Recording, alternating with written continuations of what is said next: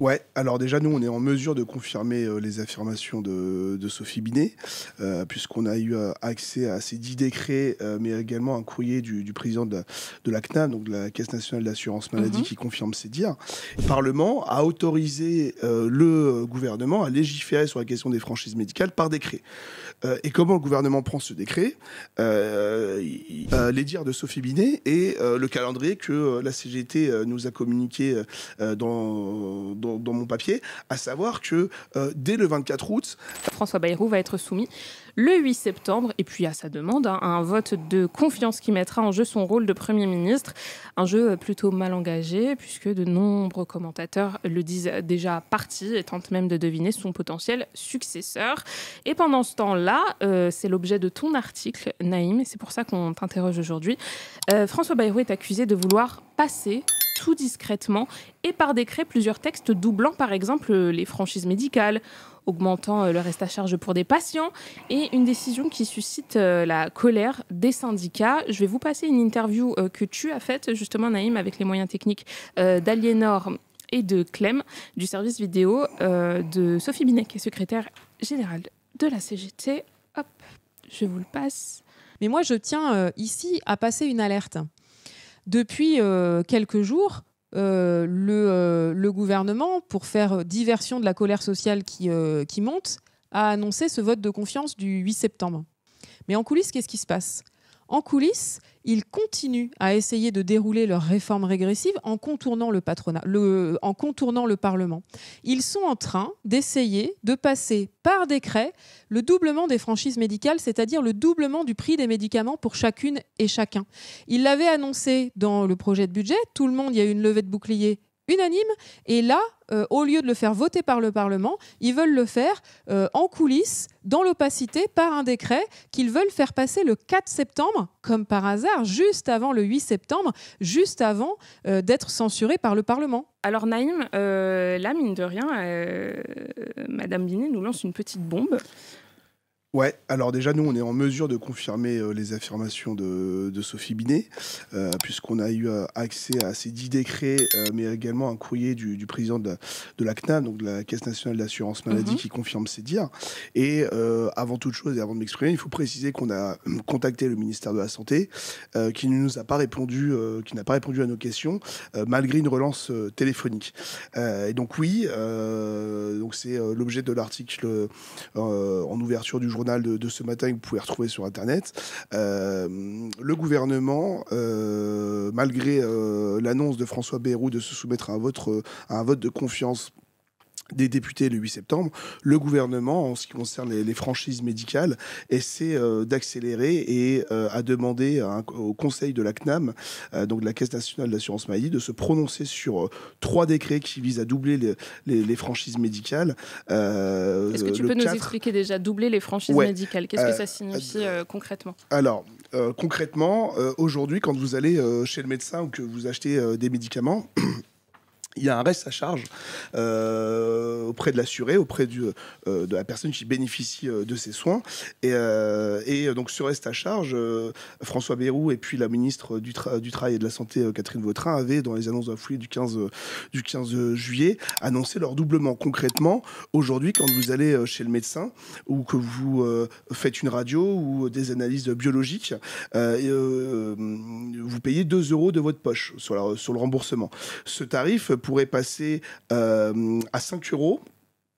Enfin, ne pourrait pas être inférieur à 4 € contre 2 € actuellement. Il pourrait passer à 5 € contre 3 €. Donc, en gros, il vous resterait à votre charge entre 3 et 5 € si le gouvernement va au bout. Et puis, je prends un autre exemple sur les boîtes de médicaments. Aujourd'hui, par boîte de médicaments, la sécurité sociale vous prélève 1 €. Donc, il y a 1 € de votre poche que vous payez. Ça pourrait passer à 2 € demain. Il faut savoir qu'avant 2024, c'était 50 centimes par boîte de médicaments. Donc, en gros, en 2 ans, ça a passé de 50 centimes de notre poche par boîte de médicaments à 2 €, ce qui représente pour certaines familles des centaines d'euros en plus de reste à charge chaque année. Par année. Elle nous disait, Sophie Binet, que ça devrait passer le 4 septembre. Le 4 septembre, c'est tout proche, c'est dans 2 jours au moment où on tourne cet échange. Et du coup, 4 jours avant le possible départ de François Bayrou, c'est aussi quelque chose qui a été confirmé, ce calendrier. Comment tu envisages Alors ce oui, calendrier? la tenue de la réunion, on peut... alors déjà, avant de répondre à ta question, il faut rentrer un peu dans la fabrication de la loi. Aujourd'hui, donc le budget de la sécurité sociale est régi par ce qu'on appelle le PLFSS, donc le projet de loi de financement de la sécurité sociale qui est voté par le Parlement. Mais le Parlement a autorisé le gouvernement à légiférer sur la question des franchises médicales par décret. Et comment le gouvernement prend ce décret? Il écrit ce texte, il le soumet au conseil de la CNAM, donc de la Caisse nationale d'assurance maladie. Son avis est consultatif et qu'importe ce que décide ce conseil, qui est composé de représentants des syndicats, donc des salariés, parce que la sécurité sociale est financée par les cotisations salariales et patronales, donc par des représentants du patronat, par des personnalités qualifiées. Et donc qu'importe ce que décide ce conseil, le gouvernement peut présenter son décret au Conseil d'État et doubler les franchises médicales sans vote du Parlement. Donc il n'y a pas de garde-fou par rapport à ces décisions-là? Là, en l'occurrence, non. C'est une possibilité qui a été... Enfin, c'est une opportunité qui est rendue possible par le Parlement auparavant. Mais ça pose une question politique. Ça pose une question politique parce que François Bayrou a annoncé se soumettre au vote des députés. Et donc, de fait, aujourd'hui, c'est un Premier ministre avec un point d'interrogation sur la tête. Et on ne peut pas à la fois vouloir soi-disant répondre à une colère sociale qui monte dans le pays suite à l'annonce des 44 milliards d'euros d'économie, tout en passant en douce sur des choses qui touchent très concrètement les Françaises et les Français. Et ça pose d'autant plus question que François Bayrou, lors de son allocution, lors de sa conférence de presse, le 25 août, si ma mémoire est bonne, dernier, avait dit « Je me soumets à un vote de confiance pour savoir si une majorité de députés sont d'accord avec moi avec le diagnostic. » Donc son diagnostic est qu'il faut réduire la dette et maintenir le cap des 44 milliards d'euros d'austérité. Et ensuite, je négocierai au cas par cas l'ensemble des mesures. La trajectoire de 44 milliards d'euros d'économie n'est pas négociable, mais je suis prêt à négocier chacune des mesures que moi je présente. Mais comment est-ce qu'il peut vouloir se soumettre à un vote des députés puis dire je négocie ensuite ce qui peut les sources d'économie, tout en voulant passer en catimini par décret sur des choses très concrètes qui vont toucher la vie de tout le monde. Et je précise aussi que, et c'est nos confrères des Échos, qui nous apprennent ça dans leur édition d'hier, que d'autres décrets sont prévus, notamment sur la question de la refonte des exonérations des cotisations sociales. Donc, pour tous ceux qui ne savent pas ce que c'est qu'une cotisation sociale, en fait, l'argent que vous touchez à chaque fin de mois, ce n'est pas l'entièreté de votre salaire. Votre salaire, il est compté en brut. Et il y a une partie de votre salaire qui est socialisée, c'est-à-dire qui est mis dans un pot commun qui s'appelle la sécurité sociale et qui permet de vous financer l'assurance chômage, qui permet de financer la sécurité sociale et qui permet de financer vos retraites notamment. Et aujourd'hui, il y a 80 milliards d'euros d'exonération sociale du côté du patronat chaque année. C'est une des raisons qui explique les difficultés d'ailleurs de financement de la sécurité sociale. Et donc là encore, il voudrait passer par décret pour refondre, pour entamer une refonte de ces exonérations. Alors même qu'il n'a plus de légitimité puisque son avenir est en suspens au vote des députés. J'ai même envie de te poser la question puisque ça renvoie à des réactions dans le chat où on nous dit ils font passer par décret quand ils savent que c'est bientôt la fin pour eux. C'est Palias qui nous dit ça. On nous pose aussi la question, c'est Exacouma qui nous demande ça avance à quoi de faire ça par décret et en secret s'ils ne gouvernent plus dans une semaine. Déjà, ça veut dire quoi passer par décret? C'est un peu un forcing, mais institutionnel. C'est-à-dire qu'aujourd'hui, la législation autorise le gouvernement à publier un texte qui augmente les franchises médicales sans passer par le vote du Parlement. Et pourquoi ils font ça? Il faudrait leur poser la question. Nous, on l'a posé aux deux ministres en charge de la Santé, Catherine Vautrin et Yannick Neuder. On n'a pas eu de réponse. Là, je vais donner un avis très personnel. C'est qu'ils savent qu'ils sont condamnés le 8 et que l'agenda de la Macronie depuis 2007, c'est une politique au service du capital. Et donc, c'est leur mandat, c'est leur orientation politique. Et donc, jusqu'à la dernière seconde, ils feront usage de tout leur poids pour contraindre et imposer aux Français et aux travailleurs singulièrement des mauvais coups. Tu nous as parlé de cette lettre de la CNAM que nous, on a pu consulter. C'est ce qui t'a permis de vérifier notamment certaines informations, parce qu'il ne suffit pas que quelqu'un le dise au micro pour que ce soit vrai. Tu as fait le travail de fond. Le courrier, il est un petit peu, on va dire... institutionnel, encore une fois, on dit projet de décret en Conseil d'État relatif à la participation forfaitaire des assurés sociaux aux frais de santé, projet de décret simple relatif à la participation des assurés des frais de santé, etc., etc., etc. C'est tout un courrier. Qu'est-ce que contient ce courrier? Qu'est-ce qu'il demande au ministère? Alors, déjà, qu'est-ce que c'est la CNAM? Voilà, donc la CNAM, c'est la Caisse nationale d'assurance maladie, c'est celle qui gère ce qu'on appelle l'assurance maladie. Déjà, je voudrais saluer mon collègue Bruno qui a déniché ce courrier, parce que dans notre dossier de une de l'Humanité d'aujourd'hui, il y a deux papiers et un aspect plus... Moi, je me suis concentré sur l'aspect social, lui sur l'aspect politique, et c'est lui qui a réussi à mettre la main sur ce courrier.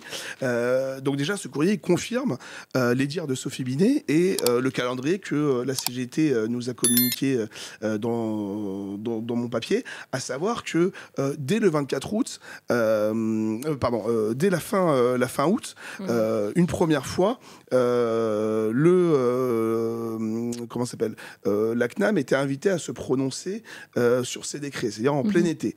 Ça a été repoussé au 4 septembre, mais le président de la CNAM, Fabrice Gombert, souligne que le 24 août, le contexte politique a changé. Donc, je le cite, le Premier ministre a annoncé qu'il demandait à l'Assemblée nationale d'organiser un vote sur sa confiance le 8 septembre, ce qui n'est pas rien.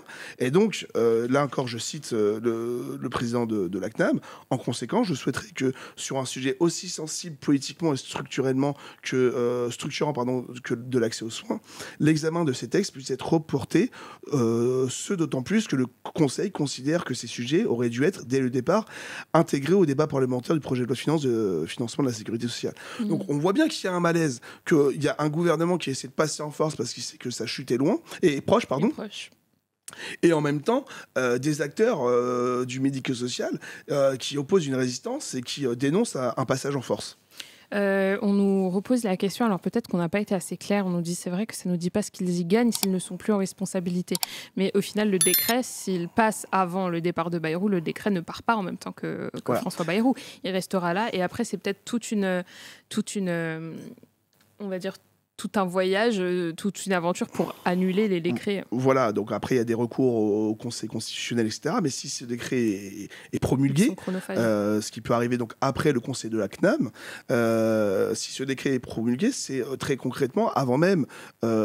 Il y a des choses qui peuvent impacter nos vies avant même qu'un gouvernement soit nommé ou qu'une majorité se dégage à l'Assemblée. Par exemple, en ce qui concerne... je reprends mes notes, je suis désolé. Mais les deux premiers décrets, à savoir la participation forfaitaire et donc la participation forfaitaire aux actes médicaux, de radiologie, de biologie, ainsi que l'augmentation du nombre maximum de participation forfaitaire par assuré de 25 à 50 et d'un montant maximum de 50 à 100 euros. Ces deux premières mesures entreraient en vigueur dans 2 mois après la promulgation du décret. On ne sait pas la situation politique dans 2 mois. Dans 2 mois, non, c'est compliqué. Si on doit changer la dernière fois, Emmanuel Macron, après la dissolution et l'élection de la Chambre actuelle des députés, a mis 2 mois à trouver un Premier ministre. L'intérim a été long. Donc l'intérêt du gouvernement, c'est de faire passer en catimini des mauvais coups pour les gens et que ces mauvais coups entrent en vigueur, qu'importe la situation politique, dans 2 mois. J'ai envie de te poser la question, vu que tu es en étroit lien avec les syndicats et surtout en ce moment avec la rentrée sociale qui approche. À ton avis, Sophie Binet, en tout cas dans l'interview qu'on a vue et que tu as menée, que vous pouvez retrouver sur notre chaîne YouTube de l'Humanité en long, parle d'une provocation. Est-ce que tu penses que ça va être un point central des mobilisations de cette rentrée Alors oui, déjà, il y a ce que les syndicats peuvent faire sur cette question-là. Déjà, ils sont unanimement, donc les représentants des syndicats au sein de l'assurance maladie sont unanimement opposés à ces décrets. Ensuite, qu'est-ce qu'on peut faire? Déjà, la pression et la médiatisation de cette affaire, c'est ce que nous, à l'Humanité, on essaie de prendre part aujourd'hui. Et puis, il y a la mobilisation sociale, parce que face à ce gouvernement extrêmement faible, si toutes et tous on se prend en main, on s'organise et on monte une mobilisation sociale d'ampleur, n'importe quel gouvernement ne pourrait résister. Et donc l'intersyndicale, donc qui est composée des 8 organisations syndicales de ce pays, appelle de concert à une manifestation, à une première journée de mobilisation et de grève et de manifestation le 18 septembre prochain, notamment pour refuser les 44 milliards d'euros d'austérité prévus par l'exécutif, qui comporte 5,5 milliards d'euros dans la caisse de la sécurité sociale. Et donc, c'est 3 degrés que l'exécutif essaie de faire passer en panique. Alors, le gouvernement de François Bayrou s'apprête à faire passer en force par décret une réforme controversée doublant les franchises médicales. Cette décision survient à quelques jours d'un vote de confiance au Parlement, provoquant ainsi donc la colère et l'incompréhension chez les syndicats. La CGT, par la voix de Sophie Binet, dénonce un passage en force antidémocratique, tandis qu'un document de la CNAM révèle donc des tentatives internes pour repousser la réforme. Le coût des soins pourrait donc exploser pour les citoyens, accentuant donc les inégalités d'accès à la santé. Est-ce que le gouvernement est en train donc de jouer avec le feu en contournant tout simplement le Parlement, ou cette réforme peut encore être annulée? Dites-nous et donnez-nous vos avis dans les commentaires, et surtout n'oubliez pas donc de vous abonner à la chaîne pour suivre toutes les actualités politiques sans filtre dans le monde. À tout de suite.